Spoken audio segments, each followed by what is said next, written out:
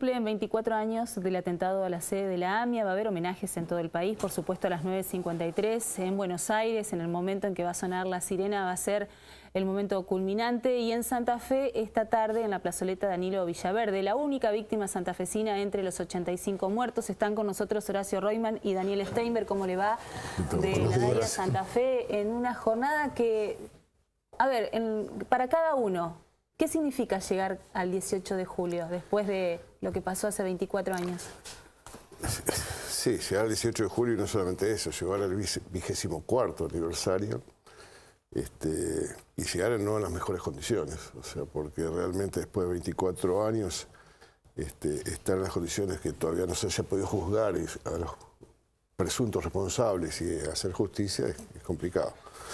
La consigna es justamente bajo la cual estamos conmemorando este 24º aniversario, es hacer memoria en tiempos de impunidad, es exigir justicia.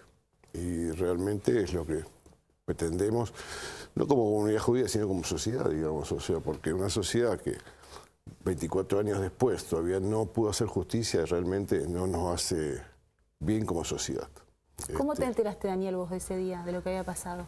Bueno, por mi profesión de contador, visitando clientes y sorprendido por las circunstancias, parecía increíble que después de 2 años de un acontecimiento quizás similar, como fue el de la Embajada de Israel, volvamos a tener en la Argentina un acontecimiento de ese tipo. Realmente con mucho dolor, como decía recién Horacio, de que haya transcurrido y de que a veces, más allá de nuestro deseo de que se haga justicia, ha transcurrido ya tanto tiempo que en algún momento hasta cunde el desánimo. Parece mentira de que no se pueda, la sociedad argentina no pueda en este momento tener, aunque sea visiblemente, un juicio. Ya no hablemos de un culpable, que por lo menos que no haya pasado lo que ocurrió en este momento en la Argentina, con jueces cuestionados, con fiscales sacados del lugar, con un montón de acontecimientos, como fue el caso Nisman, que entorpecen una definición y por eso a veces una angustia, pero con nuestro firme deseo de que de alguna vez en nuestra bendita Argentina podamos hacer o tener la justicia que necesitamos. Yo estaba justamente en Buenos Aires. ¿Sí? Ajá, ¿estabas allá? Sí, por otras circunstancias. Y bueno, podía haber estado, digamos, en la AMIA por nuestras tareas comunitarias, porque no he estado. Pero inclusive estuve después en el lugar del hecho y fue realmente muy duro, muy duro, muy duro. ¿Qué imagen se te viene cuando te recordás de ese momento que tuviste la posibilidad de estar ahí, digamos? Yo estábamos desayunando en el hotel y donde estaba hospedado con mi señora, y la imagen que tengo es la columna de humo impresionante que se elevaba, digamos, que se está viendo por televisión, en la cual mostraban, digamos, el momento de la explosión de la bomba, que por esas casualidades se estaba figurando. Y fue muy duro, realmente, y si fue muy duro para nosotros, me imagino, o es inimaginable lo que puede estar en la cabeza de los que estaban en la AMIA, que por una de esas felices coincidencias, digamos, justamente eran vacaciones, porque si hubiera sido en época de clases, por la tarea una de las tareas que realiza la AMIA, que es la parte educativa, hubiera sido muchísimo más la gente que hubiera estado en el edificio. Pero realmente fue muy conmocionante. Realmente fue interesante escuchar a los periodistas que ayer explicaban y planteaban y comentaban, digamos, lo que le había pasado a los periodistas que estuvieron, fue un homenaje. Sí, en Fopea les hicieron un homenaje ayer a los periodistas que estuvieron cubriendo las alternativas del atentado. Y fue realmente, son testigos elocuentes de lo que sucedió. Y ayer también vi incluso historias mínimas, íntimas, de 2 rescatistas que se encontraron con una de las personas a las cuales ellos salvaron después de muchos y arduos esfuerzos y arriesgando su vida, digamos, porque en ese momento había peligro y de hecho hubo derrumbes posteriores, digamos. Sí, una historia conmovedora. Anoche la compartíamos en Telefe Noticias, ¿no? Cómo esas horas la intención de los rescatistas de estar con alguien que está bajo los escombros, de comprometerse a volver, y en 24 años nunca se volvieron a ver. Pero esa imagen del humo negro, esa columna de humo negro, también la podemos vincular con lo que pasa con la justicia. No sé si ustedes sienten lo mismo, ¿no? Como que quedó todo atrás de esa columna de humo negro. Estamos, a ver, un ejemplo muy gráfico es, creo que la Cámara Federal 10, que tiene el expediente de la investigación de la conexión local.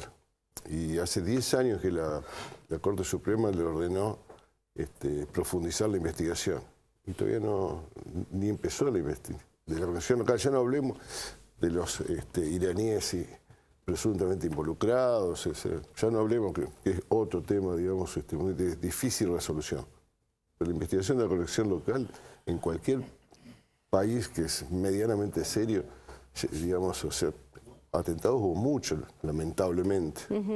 Pero en general, en la amplísima mayoría, se establecen los culpables de forma inmediata, se los detiene. Acá, 24 años después, todavía estamos esperando que se investigue la conexión local, porque indudablemente hubo apoyo digamos, de gente de acá del país. Ahora, Daniel, eso en cuanto a la actuación de la justicia. ¿Y los gobiernos qué? Ayer Macri recibió, por ejemplo, a familiares de las víctimas, a la gente de la AMIA, pero da la sensación, no iba a estar hoy en el acto, no va a estar. No va a estar, va a estar la vicepresidenta, en nombre y representación del gobierno. Y de alguna manera creo que la gente tendría que entender que esto no es un problema de los judíos, es un problema de la sociedad argentina. Una sociedad argentina que parece de alguna manera solamente el cortoplacismo. Porque no solamente nosotros como comunidad judía de Santa Fe o como comunidad judía advertimos el tema de la AMIA, también se olvidó el tema de la embajada. Una embajada que prácticamente ya nadie habla de una investigación, ha transcurrido más de 24 años y sin embargo de eso ya casi ni siquiera se habla, todo esto ha pasado al olvido. Y eso es un poco lo que decía en algún momento. Nos produce a veces esta sensación de que esto nunca va a llegar a nada, que tenemos la obligación de que ustedes como periodistas, que son los que pueden tener el manejo o la posibilidad de convertir al público o de advertir al público que esto realmente no se convierta en la posibilidad de un tercer atentado. Porque total, acá todo esto parece tan impune, todo, de que transcurre, no pasa nada, no hay ninguna posibilidad en estos momentos. A medida que transcurre el tiempo, uno va perdiendo la posibilidad de encontrar elementos como para poder juzgar a una persona. Es decir, salvo que alguien en algún momento decida autoinfligirse o alguna cosa. No, estaba el juicio en ausencia, digamos, la posibilidad que presentaba por el gobierno hace un año, pero que, digamos, es controvertido, que hay distintas posiciones, que hay inconstitucionalistas que dicen que es constitucional, otro que no, pero era la única alternativa visible. Y hace ya, digamos, en este año no hubo ningún movimiento y aparentemente no hay voluntad política de motorizarlo. Y pasaron gobiernos de distintos colores políticos, de distintas ideologías, y claro, sin embargo ustedes sienten lo mismo, digamos. ¿Nunca fue una cuestión de Estado? Hubo, digamos, sí, en algún momento fue, digamos, no olvidemos que el presidente Néstor Kirchner año tras año reclamaba en las Naciones Unidas que Irán pueda extraditar a los presuntos implicados de acuerdo a la justicia argentina para que sean juzgados en el país.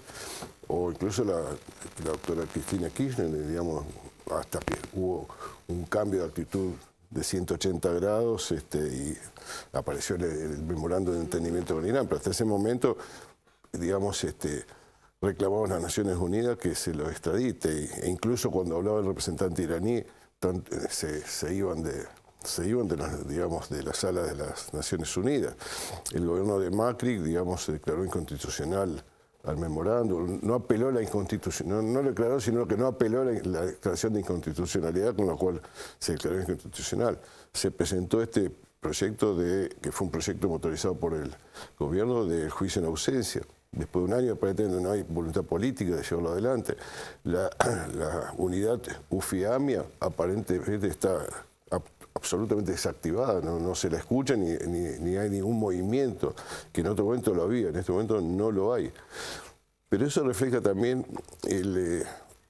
entiendo, digamos, la sensación de de la sociedad.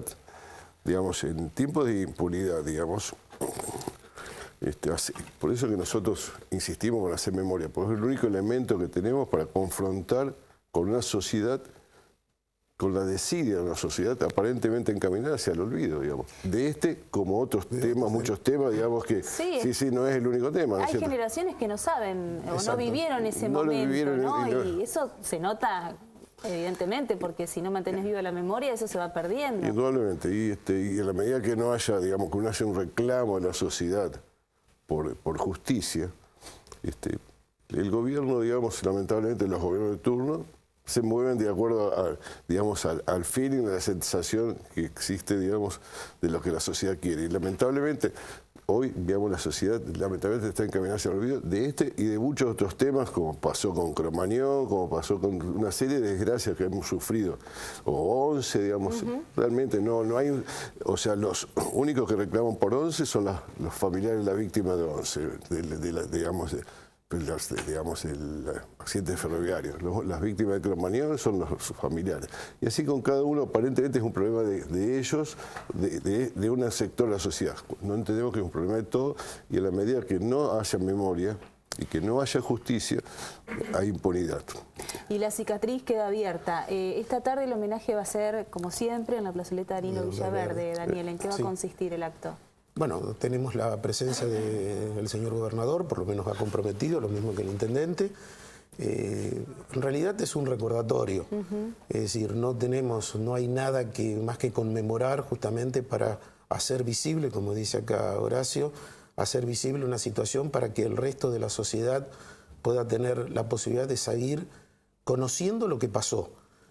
A veces nos resulta difícil tratar de explicarle a nuestra edad, a nuestros nietos, que no lo han vivido y que de alguna manera, ¿cómo le explicamos que aconteció algo que fue dramático, que fue doloroso y que en definitiva, si no hacemos nada, si no conmemoramos, parecería que, bueno, pasó porque pasó y, como decía Horacio, si no hacemos nada, si no tenemos la posibilidad de visibilizar una cuestión como esta, resulta de a veces doloroso, como lo decía antes.